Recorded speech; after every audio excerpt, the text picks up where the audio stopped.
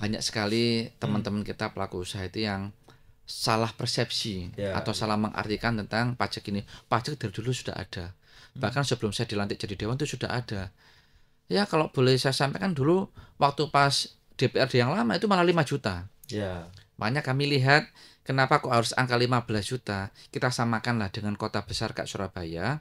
Surabaya saja yang kota nomor 2 ya Sam ya di Indonesia itu mengenakan pada pelaku usaha dengan minimal omset 15 juta. Kalau kita lihat lagi tetangga sebelah Sidoarjo 10 juta. Kalau kita lihat lagi tetangga sebelah Batu kalau nggak salah 10 juta juga. Kabupaten di bawah lainnya lagi gitu ya.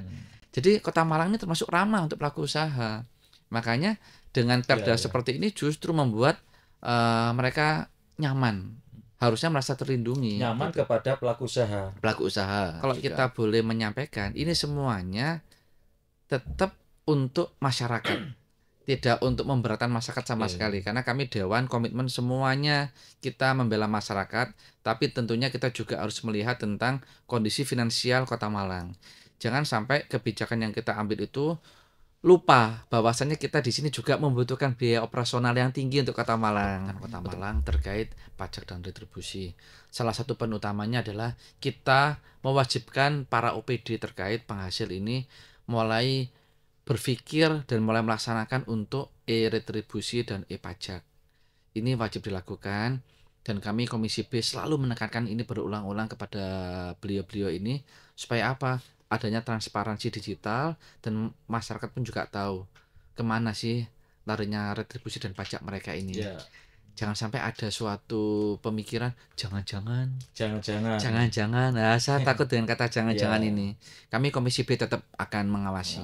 Kami Komisi B mengawal, kami Komisi B pun turun ke masyarakat. Saya sampai menyampaikan juga ke masyarakat dan pelaku usaha, gak usah takut-takut berbisnis, gak usah takut-takut pajak. Monggo jenengan berbisnis saja, nanti seandainya pun di lapangan ada yang terbebani atau ada oknum tertentu jenengan masih kategori PKL dikenai pajak, lapor ke saya. Saya di Komisi B DPRD Kota Malang dan saya dari fraksi PKS dan kebetulan saya juga wakil ketua fraksi. Wakil ketua fraksi. Monggo nanti kita bisa sharing diskusi, nanti saya bantu jenengan kalau memang itu terjadi di lapangan.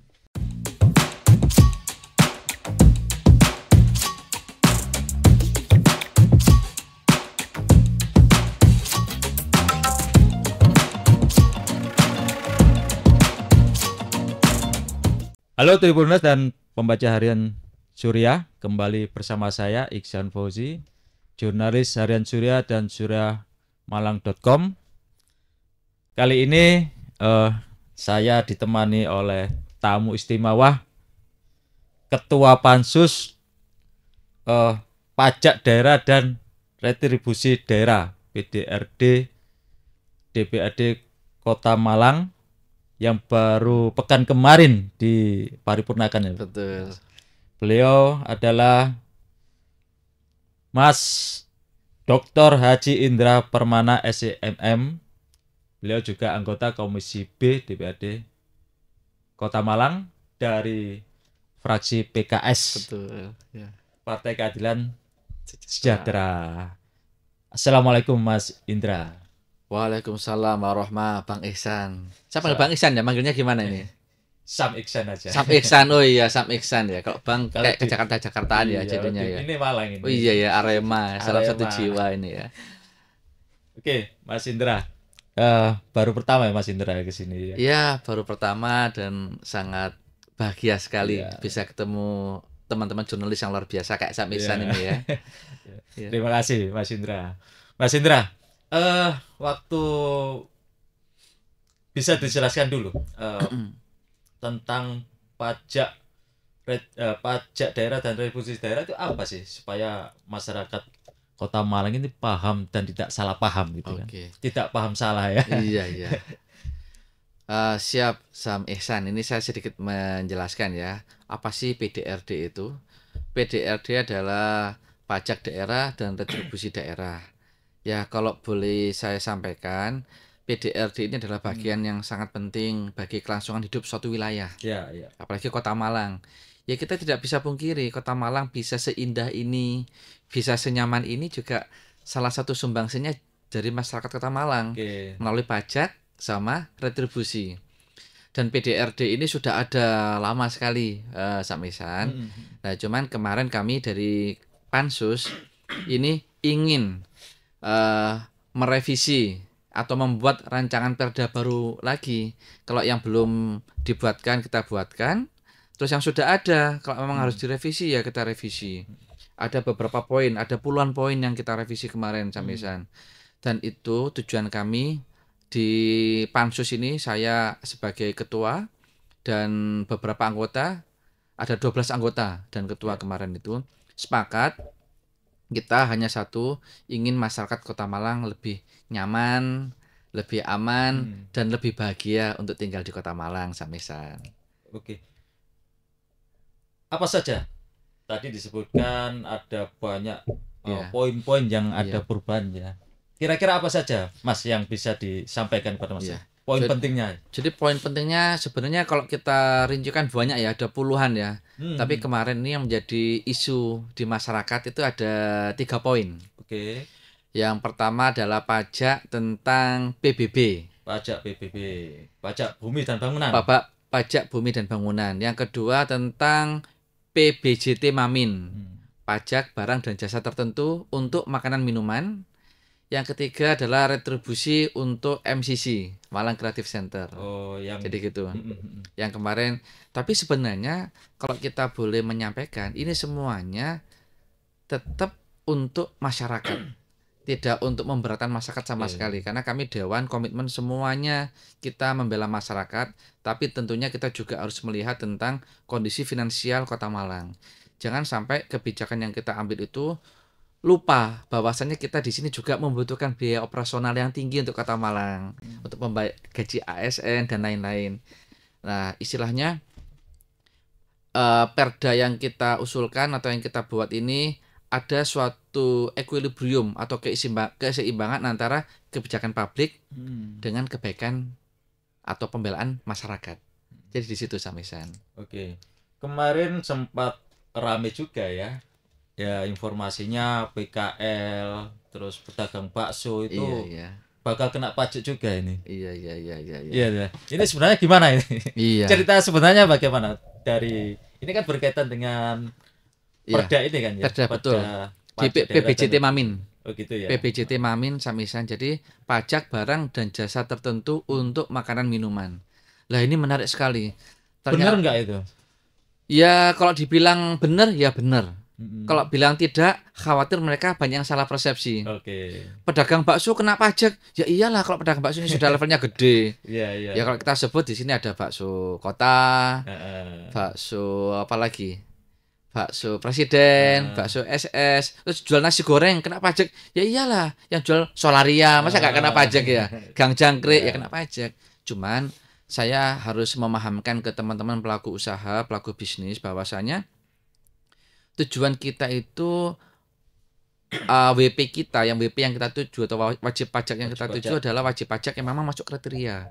Samisan.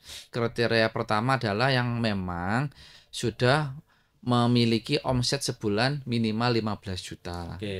Kedua, poin pertama itu ya. Omset pelaku usaha minimal 15 juta. 15 juta minimal. Kedua, mereka mempunyai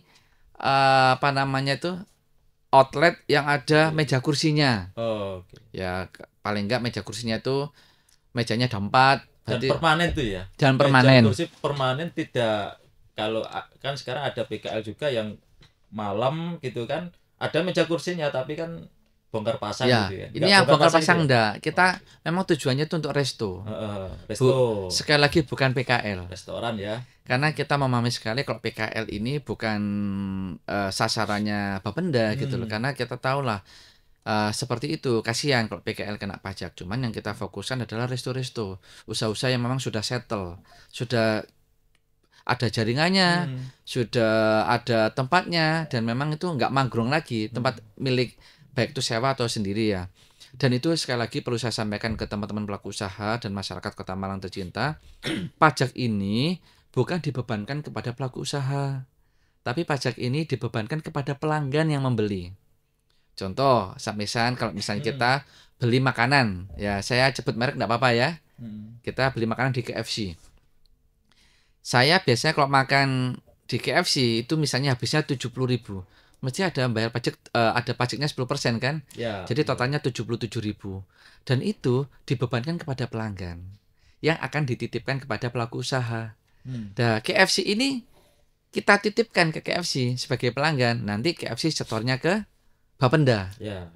Nah, seperti itu. Jadi bukan semua pedagang pelaku usaha dikenai pajak, apalagi PKL, apalagi mie duk-duk, apalagi nasi goreng duk-duk. Itu salah besar, Bapak-bapak, Ibu-ibu. Jadi kalau pelaku usaha yang mikro, ya saya rasa kalau memang belum mencapai target 15 juta per bulan, ya nggak mungkin lah kena pajak. Jadi dengan sebagai ketua pansus, dengan sempat ada polemik seperti ini kemarin, banyak ini nggak keluhan dari para pedagang PKL gitu? Iya. Banyak nggak, Mas? Iya, banyak sekali gitu. Masukan-masukan, banyak sekali orang telepon saya, apalagi pelaku-pelaku usaha yang kenal saya tuh telepon secara langsung ke saya. Saya sampaikan, loh gimana sih kok tiba-tiba kita UMKM mau kena pajak? Sama dodolan opo? Dodolan buku-buku petelot, ya gak kanggo sampean. Bukan sampean yang kena pajak, saya gitu kan. Oh, tak kira semua pelaku usaha kena pajak, katanya dia begitu. Bukan makanan dan minuman. Bukan makanan minuman. Akhirnya misperception itu kerap terjadi di masyarakat karena mereka memahami atau perda ini secara part of part, bagian per bagian, nggak segamblang kita pahami gitu loh. Makanya kewajiban saya mungkin juga harus mensosialisasikan ke masyarakat, kewajiban Pemkot, Bapenda juga harus mensosialisasikan ke masyarakat bahwasanya di sini PBJT hanya khusus untuk mamin aja, makanan minuman. Terus ada lagi yang tanya kedua, Ji, kan saya biasa dipanggil orang Kaji ya, Kaji Indra ya, kan karena saya di Mergosono biasa dipanggil Kaji. Ji, ya apa Ji, lelek masih iki dodolan apa bakso gledek kok kena pajak. Loh, jarene sapa sampean niku? Iku di TikTok ono beritane. Oh, berarti sampean salah penampakan. Itu bentuk sampean pajaknya, dan pajak ini Bapak-bapak, Ibu-ibu, ini sudah ada udah lama. Cuman posisi kita sebagai ketua pansus dan teman-teman pansus itu justru meringankan pelaku usaha. Karena zaman kemarin Sam, itu pelaku usaha itu minimal 5 juta kena pajak. Ya. Sebelum perda ini. Lah akhirnya dengan adanya perda ini kita naikkan jadi 15 juta. Artinya apa? Kalau memang omsetnya itu di bawah 15 juta per bulan, yo nggak kena pajak. Ini gitu. Pajaknya tetap kan? Tetap 10%. Tetap 10%. Iya. Cuma untuk pelaku usaha omsetnya aja yang dinaikkan. Ya. Artinya yang dulu 5 juta kena pajak sekarang 15 juta kena pajak. Berarti aman dong Mbak gitu. Ya mestinya aman. Makanya setelah saya sampaikan ke masyarakat itu jawabannya cuma satu huruf, bukan satu kata. Oh, ngono tah, ya wis aman dek ngono. Iya, gitu. Nah, maksud saya memang banyak sekali teman-teman kita pelaku usaha itu yang salah persepsi atau salah mengartikan tentang pajak ini. Pajak dari dulu sudah ada. Bahkan sebelum saya dilantik jadi dewan itu sudah ada. Ya kalau boleh saya sampaikan dulu waktu pas DPRD yang lama itu malah 5 juta. Ya.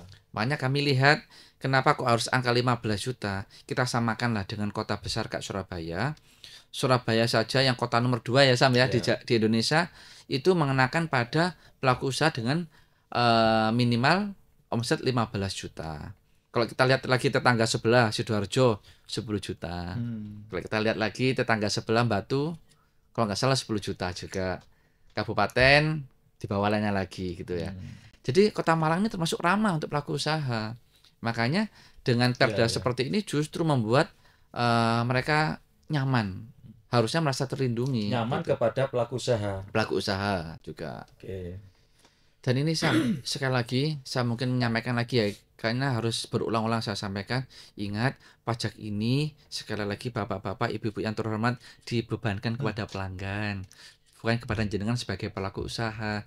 Dan ini sudah lumrah se-Indonesia seperti itu. Gitu. Berapa wajib pajak di Kota Malang yang untuk khusus Mamin? Kalau PBJT Mamin kemarin itu menurut data itu ada sekitar 3.100 yang sudah terdata itu di Bapenda.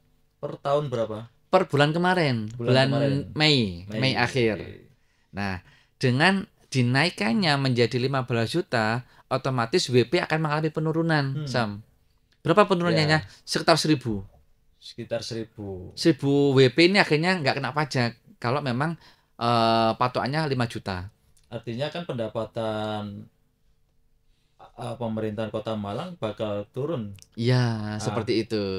Kira-kira seperti itu ya. Iya, memang itu. Dampak yang setelah kita kaji dan perlu saya sampaikan juga Sam ke teman-teman Kota Malang, sebelum kita memutuskan untuk 15 juta ini kita melewati kajian yang lama. Kita mendatangkan tim ahli. Kita mendatangkan pelaku usaha. Kita mendatangkan pihak PHRI yang ada hubungannya juga dengan pajak Mamin. Kita godok lama. Nah, akhirnya muncullah angka 15 juta ini. Dan 15 juta ini memang kayaknya memang angka yang cocok dan pas untuk Kota Malang. Kenapa kok cocok dan pas untuk Kota Malang? Walaupun memang ada potensi penurunan PAD, tapi saya rasa penurunannya masih worth it. Sekitar 10 miliar, Pak. Sekitar 10 miliar. Kalau 10 miliar dari tahun kemarin. Sebelumnya berapa? Kalau nggak salah itu 171 itu. Ya, sekitar 171. 171 miliar dari makanan minuman. Tapi dengan adanya kenaikan di angka 15 juta untuk pelaku usaha itu akan turun sekitar 10 miliar. Tapi tetap saya sampaikan ke Bapenda. Pak Bapenda, Pak Andi, tolonglah walaupun kita ini posisinya kita turunkan WP-nya, piye caranya sampean punya strategi supaya tetap tidak ada penurunan. Karena kalau penurunan kasihan Kota Malang. Kita di sini harus ada balancing, yaitu balancing finansial. Jangan sampai kita mau upayakan pajaknya diturunkan Kota Malang tapi nanti sektor keuangannya Kota Malang amburadul, kan kasihan. Jangan sampai penurunan pajak ini menjadi masalah atau kendala di pelayanan sektor publik untuk masyarakat Kota Malang. Saya nggak mau seperti itu. Terus bagaimana Pak? Ya mbuh cara sampeyan mbuh piye caramu Pak Andi, saya gitu kan. Berarti perlu diajak ke sini ini. Boleh nanti kepala Bapendanya. Iya, harus diundang nanti itu kepala Bapenda. Pak Andi datang ke sini nanti ya, diundang beliau nanti ini. Baik Mas. Mas Indra, kalau saya perhatikan ya, keliling di jalannya Kota Malang itu kan sekarang mulai tumbuh. Banyak pelaku-pelaku usaha baru di Kota Malang ya. Terutama kuliner ya. Kuliner ya. Di Pasar Klojen juga sekarang udah menarik ya, meskipun pasar tapi sekarang kayaknya konsepnya udah berubah. Menjadi entertain atau wisata gitu ya. Itu sangat menarik bagi saya sekali. Di Kota Malang itu memang harus ditumbuhkan itu. Kan? Terus ada juga kayu tangan yang kira-kira sekarang udah menjadi ikon utamanya ya, dan banyak juga pelaku usaha di sana. Pertanyaan saya, ada nggak data pelaku usaha baru di Kota Malang dalam sekitar 3 bulan ini? Ada. Jadi kemarin saya sempat ngobrol sama Pak Andi. Pak Andi nanti untuk mensiasati hilangnya WP yang lama karena omsetnya nggak nyampe 15 juta, gimana solusinya jenengan? Akhirnya gini Pak, kita juga masih punya strategi, kita datangkan WP baru. Kita data WP baru, apalagi kayu tangan ini sudah mulai berkembang. Terus Klojen sudah mulai berkembang. Dan beberapa wilayah sudah mulai berkembang. Tapi saya senang, ini mohon maaf bukan karena saya menyanjung-nyanjung Bapenda ya, enggak. Tapi saya lihat Bapenda ini cukup bijak sekali. Ada WP baru atau pelaku usaha baru, ternyata mereka nggak langsung dikenain pajak, enggak. Biar jalan dulu lah ya, biar jalan dulu. Karena memang kalau kita lihat ini pelaku-pelaku usaha di Kota Malang ini ada fenomena yang menarik, Sam. Fenomenanya itu buka rame-rame setahun tutup. Berarti kan kasihan juga kalau nanti kena pajak. Berarti ada toleransi berapa lama itu kepada pelaku usaha? Kalau toleransi berapa lama ini yang bisa mendalami Bapenda. Karena ini ranahnya adalah ranah teknikal ya. Tapi mereka menyampaikan ke kami, Pak, kami tidak serta-merta ada usaha baru langsung kami tongkrongin, langsung kami data, langsung kami jadikan WP, enggak, ternyata enggak seperti itu. Tapi sudah ditarget ini calon wajib pajak ini. Ya, kalau memang posisinya itu ada pertumbuhan, kenapa tidak? Toh ini juga untuk sumbangsi buat Kota Malang, Pak. Saya gitu. Pak Andi bilang seperti itu ke saya. Dan saya tanya, kira-kira Pak 3 bulan sampai 6 bulan cukup? Ya saya rasa waktu itu waktu ideal untuk menilai. Usaha ini cocok nggak jadi WP. Dan ingat sekali lagi WP ini dibebankan ke pelanggan, Bapak-bapak, Ibu-ibu, pelanggan yang nitip ke pelaku usaha. Dan nantinya dari situ mereka punya skema lagi. Selain mereka nambah WP, mereka juga mencatat setiap bulan tuh terjadi pengurangan WP. Karena omsetnya memang turun. Karena ya. memang udah tutup. Lah kalau turun dan tutup gimana lagi? Apalagi gitu. kondisi ekonomi seperti ini ya. Jadi ada suatu balancing juga, ada endung endit. Gitu. Cuma gini Mas, Mas Indra pernah ini juga mengawasi tentang ada nggak sistem yang digunakan oleh Bapenda dalam penarikan pajak, misalkan digitalisasi atau hanya pajak ya? Kita ngomong pajaknya udah online atau masih offline dan sebagainya gitu. Menurut Mas Indra gimana? Jadi gini, Sam Ihsan ya, karena keterbatasan Kota Malang, ya saya bilang keterbatasan, tapi keterbatasan yang memang harus diperbaiki. Dari 3 ribuan WP itu ternyata sudah 1.400 yang sudah terpasang e-tax. Iya. Yang di dalam softwarenya. Jadi sudah terpasang, dalam artian masih ada beberapa WP yang belum terpasang. Nah, jadi ini menurut saya ini juga suatu kemajuan yang luar biasa. Mereka sudah melakukan digitalisasi e-retribusi maupun e-tax walaupun belum 100% sama Iksan ya. Tapi arahnya sudah benar ke sana. Dan kemarin kita juga tanya ke Bapenda, terus sisanya yang belum terpasang e-tax bagaimana? Ya Pak, karena kita mentoleransi pelaku bisnis, kita pakai self assessment. Ya nggak apa-apa, penilaian sendiri nggak apa-apa. Kita percaya sama pelaku usaha. Cukup, petugasnya cukup. Petugas Bapenda untuk kalau terjun ke masyarakat. Boleh jujur, saya sebagai anggota DPRD Kota Malang, sebagai pengawas kebijakan, sebagai pengevaluasi kebijakan, nggak cukup. Nggak cukup ya. Tapi menurut saya ini juga satu terobosan yang lumayan bagus lah progresnya.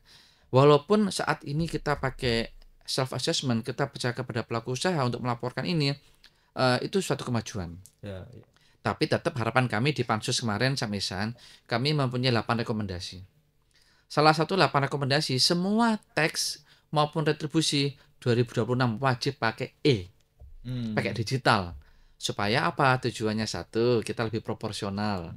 Kedua, lebih transparan. Enak kalau transparan, masyarakat juga tahu, anggota DPRD juga tahu, Pemkot tahu, dan syukur-syukur tuh nanti sesuai jamnya. Kan sekarang itu sudah mulai digitalnya sudah mulai canggih, misalnya. Jadi apa istilahnya ya, real account-nya itu ada gitu, nampak. Syukur-syukur nanti suatu hari nanti mudah-mudahan real account itu juga bisa diakses masyarakat Kota Malang secara umum. Kita mulailah Indonesia ini transparansi dari Kota Malang. Itu cita-cita saya seperti itu. Yang penting petugasnya tidak mengotak-atik aplikasinya, programnya. Harapan saya seperti itu. Kayak kasus di Jakarta dan beberapa daerah lain itu kan itu kan juga bahaya. Itu tentu perlu pengawasan juga. Saya cukup prihatin sekali itu. Nanti harapan saya selain anggota DPRD yang ngawasi, monggo masyarakat umum juga bisa mengawasi. Bapenda ini salah satu yang menjadi tulang punggung ya dalam betul, mencari pendapatan. Karena mengkolek dari beberapa OPD yang disetorkan ke Bapenda. Sampai juga Malang MCC betul. MCC yang dulunya gratis sekarang mau dikenai retribusi. Iya. Nah, ini menarik sekali nih, Sam Ihsan. MCC ini kenapa kok harus dikenai retribusi? Karena kemarin dapat teguran dari BPK. Ingat, kita ini kan bangun MCC kan pakai dana masyarakat. Paling enggak dana masyarakat ini diputar lagi, dikembangkan lagi, nantinya akan ada kontribusi untuk Kota Malang juga. Ini memang semuanya kemarin gratis. Kemarin karena ada rekomendasi dari gratis kan bagus itu untuk masyarakat dan ramai juga kan. Betul sekali. Kalau ini nanti disewakan, yakin nggak Mas Indra ini bakal masih ramai itu? Nah, ini menarik sekali. Yakin nggak? Saya yakin banget. Karena ini melewati kajian tertentu. Kita Sam Ihsan, kajian ini 3 bulan Sam Ihsan. 3 bulan itu dengan berbagai ahli, pelaku bisnis, semuanya lah ya. Termasuk juga akademisi yang kita ajakin kompromi. Memang ternyata MCC ini harus ada kontribusinya untuk PAD, kontribusinya untuk merawat, maintain. Karena sebesar MCC ini kalau tidak ada pemasukannya, kasihan, akan menjadi beban berat bagi Kota Malang. Dan berita bagusnya Sam Ihsan, nggak semuanya itu dikasih retribusi. Kita tetap ada pro masyarakat yang digratiskan tuh 60%. Yang 40% baru kena retribusi. Gimana itu skemanya ya? Skemanya gitu. Nanti skemanya akan dihandle langsung oleh Diskopindak sebagai OPD pengampu ya. tapi tetap kita pengawasi. Kita lihat kemarin, saya tuh beberapa kali ke MCC. MCC ini wow banget, luar biasa banget. Sayang sekali nanti kalau seandainya MCC ini sebegitu bagusnya, tapi gara-gara tidak ada biaya operasionalnya atau tidak ada operasionalnya untuk maintain, tiba-tiba hilang. Mandek gitu ya. Mohon maaf, ada beberapa kasus ya. Boleh nggak sebutan kotanya? Janganlah. Jangan kota lain jangan. Ada kota lain itu dulunya tuh sebagai proyek strategis untuk ekonomi kreatif, tiba-tiba tutup. Kenapa kok tutup? Nggak ada biayanya. Kalau katanya Ustaz Yusuf Mansur, dari mana uangnya gitu ya? Mimenya kan seperti itu ya. Nah, inilah yang jadi masalah kita. Jangan sampai namanya ekonomi kreatif yang sudah kita banggakan, yang sudah create itu tumpul di sana gara-gara nggak ada biaya operasional. Dan kemarin itu kita mencoba menganalisa ada beberapa wilayah-wilayah di MCC, maksudnya tempat di MCC itu kosong. Nah, itu nanti akan kita sewakan. Di situ nanti akan ada kantor misalnya ada perusahaan-perusahaan mau sewa kantor, kita kantor-kantor kayak kantor tablet gitu loh, kantor apa sih? Kapsul kok tablet. Kapsul misalnya nyewa 4 kali 5 meter kita sewakan. Jadi arahnya ke sana ya, bukan ke kegiatan gitu baru disewakan gitu ya. Kalau kegiatan untuk Kota Malang, untuk anak sekolah, untuk Pemkot, saya pastikan gratis ya. Berarti kalau yang di sana itu yang nanti disewakan itu stand untuk komersil. Ya. Contohnya nanti misalnya ini kita juga masih belum tahu nanti Diskopindak OPD Pengampu itu akan presentasi ke kita. Mungkin akan ada tower di MCCU. Kan MCCU tinggi. Ditancapin tower kan lumayan ada pemasukan. Entah mungkin berapa miliar atau berapa untuk tower. Operator seluler atau apapun itulah. Terus ada beberapa lokasi kosong tuh nanti akan jadi kantor-kantor kecil, mini kantor. Kan sekarang lagi musim ya, kantor kapsul gitu ya. Kantor yang cukup ya seginilah. Nanti dipetak-petak, itu nanti disewakan berapa per bulannya. Ada lagi nanti rencana akan dipasang beberapa stand-stand untuk promo atau apa tuh, banner atau apa. Kayak contohnya misalnya ya ini misalnya tapi masih belum fix. Di tembok-temboknya parkiran dikasih material promo, misalnya dari XL dari Telkomsel atau dari perusahaan mana, itu nanti kan juga menambah revenue stream atau pemasukan bagi MCC. Tapi yang penting kan rapi dan apa istilahnya tidak mengurangi keindahan. Nah, itu juga Samisan itu bagian paling penting. Eman itu. Iya. Tentu jenengan juga mengoreksi juga itu. Pasti itu. Kayak reklame baliho dan sebagainya pinggir-pinggir jalan yang mengurangi keindahan Kota Malang juga. Iya, betul sekali. Itu nanti bagian koreksi kami ke Pemkot. Boleh kita nambang PAD atau ngambil untuk PAD, tapi jangan sampai mengorbankan esensi yang lain. Kayak estetikanya dikorbankan, apalagi yang seharusnya gratis untuk masyarakat Kota Malang dibebankan, kan jangan. Kalau MCC ini saya pastikan kegiatan-kegiatan ke anak sekolah-sekolah saya pastikan free ya? Pasti itu free. Untuk kegiatan anak-anak muda di sana juga free? Anak muda tuh sampai hari ini free, cuman ada juga kita lihat jangan sampai kegiatan anak muda yang menghasilkan benefit atau keuntungan di free kan janganlah. Paling nggak kita harus ada kayak di MCC itu ada di lantai berapa ya? Saya lupa lantai 6 atau 7 itu memang bisa untuk konser. Ya. Kalau untuk konser dan itu ada tarifnya, ada karcisnya, ya bayar lah gitu. Tapi itu pasti dikenakan sewa kan? Sewa. Pasti di perda itu dikenakan ya. Ada tarif-tarifnya juga nanti. Ada tarifnya? Ada. Atau menunggu dari Perwal? Sementara ini nunggu Perwal. Karena tapi payung hukumnya sudah ada. Payung hukum untuk apa pelaksanaan itu? Iya sudah ada. Tinggal tarifnya kan nanti bisa menurun dari situ. Dan yang pasti komposisinya 60% itu wajib untuk free untuk masyarakat Kota Malang. Kalau memang mau dari sisi komersil ya 40% itu maksimal. Kriterianya tetap di Perwal itu ya? Iya di Perwal. Contoh lagi untuk ini. yang sewa-sewa tarif sewa ini belum ada di Perda kan? Belum ini mau disusun lagi. Yang pasti payung hukumnya sudah ada. Contohnya kayak makanan minuman ada stand Mamin ya. Itu nggak mahal kok, cuma 250.000. Sebulan ya, itu kan juga membantu mereka karena kunjungan ke MCC itu banyak sekali Samisan. Akhirnya mereka juga butuh minuman semuanya, kan mereka juga mendapatkan benefit, yaitu retribusinya 250.000 sebulan. Ada lagi yang baru sekarang gym Gymnya bagus. Ya, Saya tidak langsung ke sana, kok enak gymnya bagus. Di MCC. Di MCC, cuman 50.000 sebulan untuk Kota Malang. Bayangkan loh. Loh kok murah? Nah makanya. Jadi dia kita nyewa maksudnya? Apanya? Enggak, masyarakat Kota Malang yang mau nge-gym. Cuman bayar 50.000. Peralatannya dari MCC semuanya. Dari MCC, punyanya pemerintah ya. Pemerintah. Oke. Dan itu bagus. Coba ini nanti. Harus dicoba ini. Harus coba. Cuma 50.000. Bayangkan kalau kita di gym tempat lain berapa. Iya. Nah inilah kombinasi yang indah antara Pemkot dengan masyarakat Kota Malang. Jadi kita di sini tidak melulu untuk ngambil untung aja. Ya. Kita untung ke masyarakat itu dalam artian nggak ada.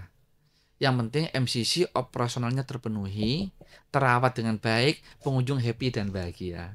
Oke. Jadi seperti itu konsepnya.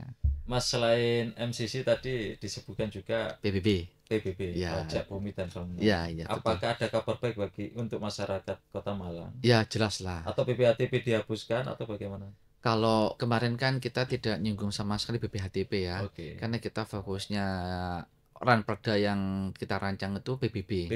Ya, PBB ini berita baiknya itu saya pastikan tetap aman terkendali untuk tahun depan.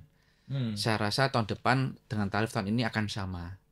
Walaupun secara tertulis PBB untuk Kota Malang ada single tarif yang direkomendasikan dan diatur oleh Kemendagri dan Kemenkeu bahwasanya seluruh Indonesia itu nanti tarifnya single tarif. Sama semua 0,2%. Kalau di wilayah Sidoarjo kemarin saya lihat itu 0,3%. Ya. Terutama kota-kota besar kan. Kota-kota besar mahal. Surabaya itu udah, kalau orang asli Surabaya yang nggak punya pekerjaan pasti udah ampun deh. Menggis-menggis itu bayar pajak PBB-nya itu. Gresik juga sama 0,3%. Nanti ada single tarif ya. Jadi seluruh Indonesia termasuk Kota Malang tarif 0,2. Enggak, single tarif itu maksudnya disamakan tarifnya. Kalau Kota Malang 0,2. Sekarang atau yang ke depan? Ke depan. 0,2. Kalau kota yang lain ada 0,3, ada 0,4% dari nilai jual objek pajak. Apa keuntungannya bagi masyarakat? Nah, jadi gini ya, sekali lagi keuntungannya kita mungkin kok PBB ini bukan untung ruginya ya. Mungkin perlu saya sampaikan, saya bisa memastikan untuk tahun depan PBB-nya sama. Dan salah satu berita yang baik untuk masyarakat itu, walaupun PBB-nya sama, Kota Malang ini tetap peduli kepada masyarakatnya, akan timbul suatu perwal peraturan wali kota yang mengatur tentang insentif pajak. Jadi walaupun 0,2% kenaikan pajaknya atau perubahan pajaknya 0,2%, tapi kita tetap dilindungi oleh perwal selama 5 tahun ke depan ini. Perwal yang akan diperbarui setiap tahun ini sudah kita komunikasikan dengan wali kota, dengan Bapenda. Insya Allah tidak akan merubah biaya pajak ke masyarakat. Seandainya pun ada kenaikannya nggak signifikan, mungkin 0,5. Kenaikannya itu nggak banyak ya, misalnya kemarin 250, mungkin seandainya ada kenaikan tahun depan untuk penyesuaian paling naiknya cuma 5.000 sampai 10.000. Jadi seperti itu. Tapi kalau untuk tahun depan saya pastikan sama dengan tahun sekarang. Jadi seperti tahun itu. Depannya lagi?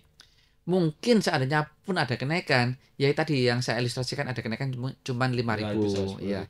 Dan kami di Komisi B nggak tinggal diam.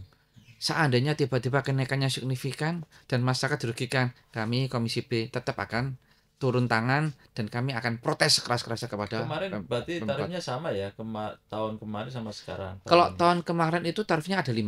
0,1, 0, berapa, 0, berapa. Ada kriterianya.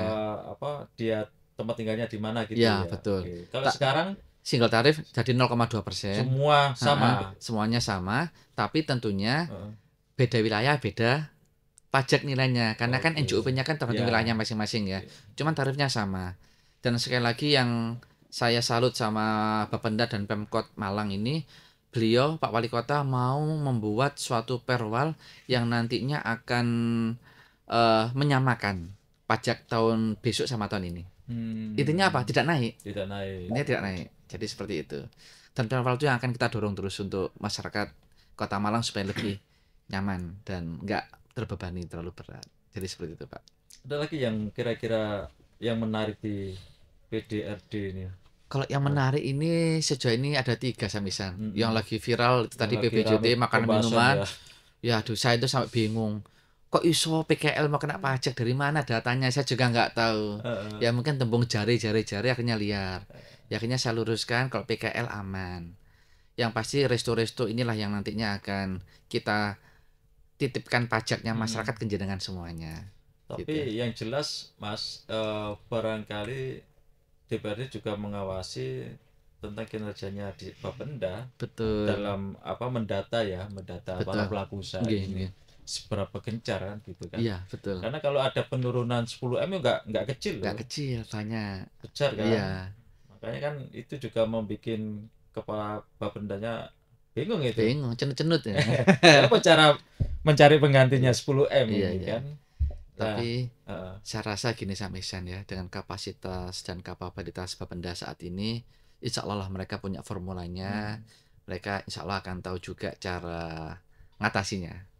Mudah-mudahan dengan strategi yang mereka lakukan, tetap UMKM teropeni dengan baik, dan tetap kesehatan finansial Kota Malang juga tetap baik, yang nantinya tetap akan membuat Kota Malang ini tidak kacau balau lah, tetap terkendali dengan baik, tetap masyarakat juga menikmati hasil karya dari Pemkot untuk Kota Malang ini. Kalau UMKM sendiri udah clear ya, maksudnya sebagian besar yang di UMKM di Kota Malang ini sebagian besar omsetnya berapa Mas?